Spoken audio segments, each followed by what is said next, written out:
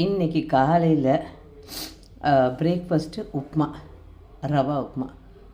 எத்தனையோ பேர் முகம் சுருங்கிறது தெரியுது, ஆனால் அந்த உப்புமா இருக்கிற டேஸ்ட்டு சொல்லவே முடியாதுங்க. அது தேங்காய் சட்னியோடு சாப்பிட்லாம். ஆனால் இன்றைக்கி நான் பண்ண போகிறது ஒரு வித்தியாசமான சட்னி. இதோடு சாப்பிட்டு பாருங்கள், சூப்பராக இருக்கும். 2 பல்லு பூண்டு, கொஞ்சம் புளி, கொஞ்சம் உப்பு, ஒரு 4 பச்சை மிளகாய், ஒரே ஒரு வெங்காயம், கொத்தமல்லி.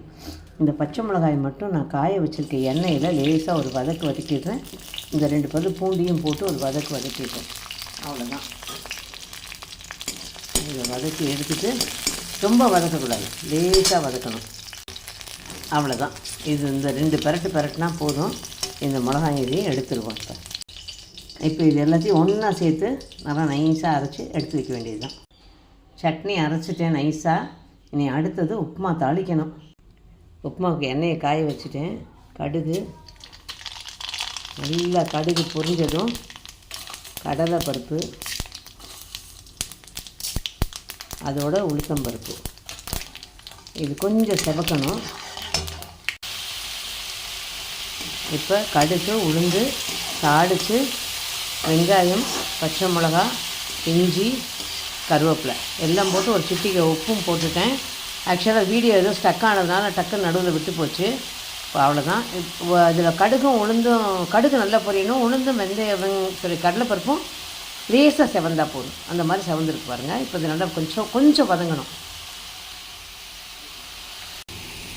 வெங்காயம் ரொம்ப நிறம் மாற விடக்கூடாது. லேசாக வதங்கின உடனே, ஓரளவுக்கு லேசாக வதங்கினோடனே ரவை எடுத்து வச்சுருக்க ரவையை கொட்டிடணும். இந்த ரவை வறுத்த ரவை தான், ஆனாலும் நான் இதில் கொஞ்சம் வறுத்துக்குவேன். இந்த பக்கம் தண்ணி காய வச்சுருக்கேன். 1க்கு 1 கப் ரவைக்கு 2.5 கப்பு தண்ணி கணக்கு. நான் 1.5 கப்பு இன்றைக்கி ரவை போட்டிருக்கேன்.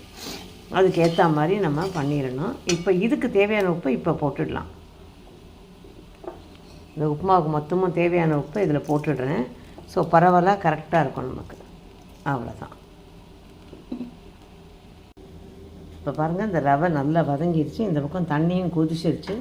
அடுப்பு ஆஃப் பண்ணிவிட்டு தீயை கொஞ்சம் ஜாஸ்தி பண்ணி வச்சுருக்கேன். அவ்வளோதான். இப்போ தீயை குறைச்சிக்கலாம். குறைச்சிட்டு இதை விடாமல் கிளறணும். இப்போ பாருங்கள், நல்லா சேர்ந்து வந்துருச்சு இல்லையா? இப்போ ஒரு ஸ்பூன் நெய்யை விட்டு தீயை நல்லா குறைச்சிட்டு மூடி போட்டுடணும். இப்போ மூடி போட்டுட்டேன், வேகணும். இப்போ உப்புமா ரெடி ஆயாச்சு, எடுக்க வேண்டியது தான். இப்போ சுட சுட உப்புமா, இந்த பச்சை சட்னி, தேங்காய் சட்னி எல்லாம் ரெடி. ரசித்து சாப்பிட வேண்டியது தான். உங்கள்